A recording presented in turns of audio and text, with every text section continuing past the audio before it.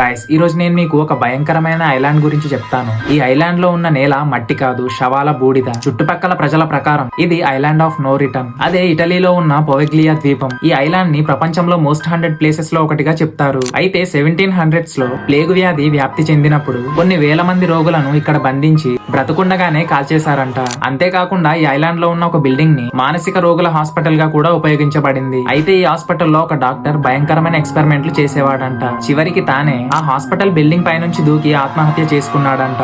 ఈ ద్వీపానికి ఎవరు వెళ్లినా వాళ్ళందరికీ వింత వింత అరుపులు, కేకలు మరియు ఎవరో మనతో ఉన్నట్లు అండ్ నీటిలో కూడా డెడ్ బాడీస్ తేలుతున్నట్లు కనిపిస్తాయంట. అక్కడికి ఎవరైనా నైట్ టైం బోట్స్ వేసుకొని వెళ్తే ఆ బోట్స్ అన్ని నీటి మధ్యలో ఆగిపోతాయంట. అంతేకాకుండా నీటిలో ఎవరో మునిగిపోతున్నట్లు హెల్ప్ హెల్ప్ అని అరుస్తున్నట్లు అరుపులు వినిపిస్తాయంట. అయితే ఇటలీ గవర్నమెంట్ కూడా అక్కడికి ఎవరు వెళ్ళకూడదని రూల్ పెట్టింది. కానీ కొంతమంది పారానార్మల్ ఇన్వెస్టిగేటర్స్ రహస్యంగా వెళ్లి వస్తుంటారు అని చుట్టుపక్కల వాళ్ళు చెప్తారు.